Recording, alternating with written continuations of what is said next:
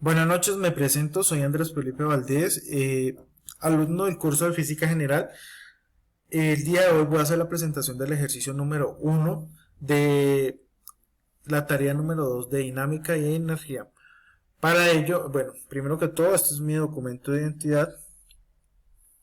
Entonces, el ejercicio corresponde del uso del simulador para la aplicación de una fuerza a un objeto, teniendo en cuenta en este caso dos tipos de superficie, que es madera y hielo.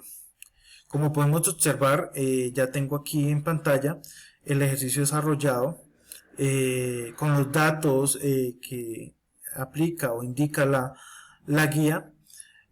Podemos observar entonces, es un objeto, es un cajón pequeño, el cual al momento de iniciar el ejercicio se le aplicó una fuerza de 600 newton.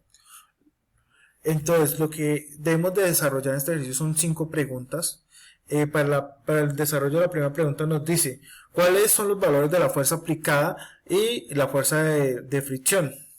Entonces, en el primer caso, podemos identificar que entonces sobre una superficie de madera la fuerza aplicada son de 600 newton y la fuerza de fricción corresponde a menos 294 newton.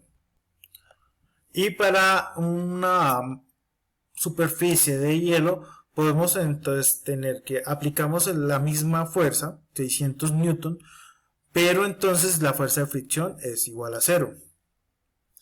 Esto corresponde entonces a la pregunta número 1. En la pregunta número 2, entonces, aquí nos pide el valor de la fuerza neta y cómo se obtiene este valor. Entonces, tenemos entendido de que el primer ejercicio nos dice que la fuerza neta corresponde a 306. ¿Cómo tengo esta fuerza neta?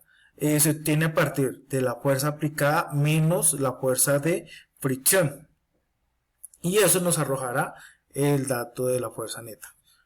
Y para la superficie de hielo tenemos una fuerza aplicada de 600 newton, le restamos la fuerza de fricción que equivale a 0, por lo tanto la fuerza neta va a ser 600 newton.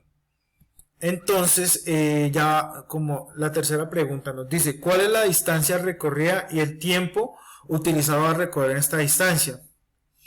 Entonces, la distancia recorrida fueron de 7.6 metros en el caso de una superficie de madera, ¿cierto?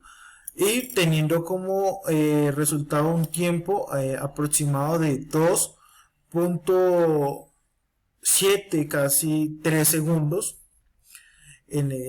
como les decía, en una superficie de madera, y en una superficie de hielo se recorrió 7.2 metros en aproximadamente 0.9 segundos, como lo pueden observar aquí en la gráfica.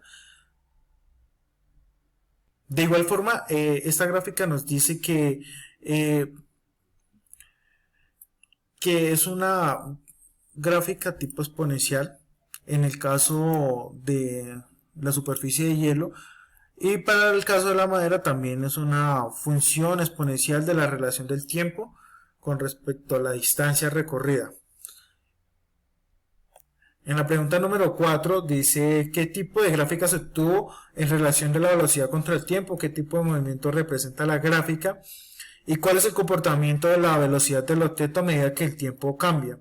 Entonces, primero podemos observar que el tipo de gráfica con respecto a la velocidad y el tiempo es una gráfica lineal, de acuerdo a lo que podemos observar en el caso de la superficie de madera, y es un movimiento rectilíneo uniforme acelerado. Asimismo, el comportamiento del objeto es que su velocidad se incrementa con respecto al tiempo.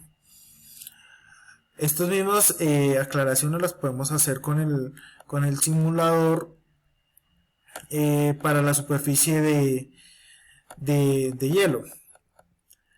Tenemos una velocidad que se incrementa, o sea, su comportamiento incrementa con el tiempo.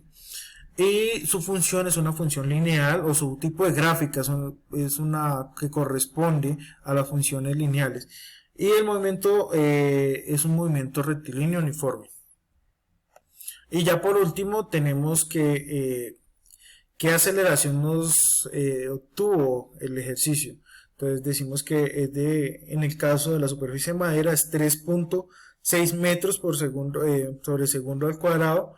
El tipo de gráfica es una función lineal y el tipo de movimiento es un movimiento rectilíneo uniforme acelerado.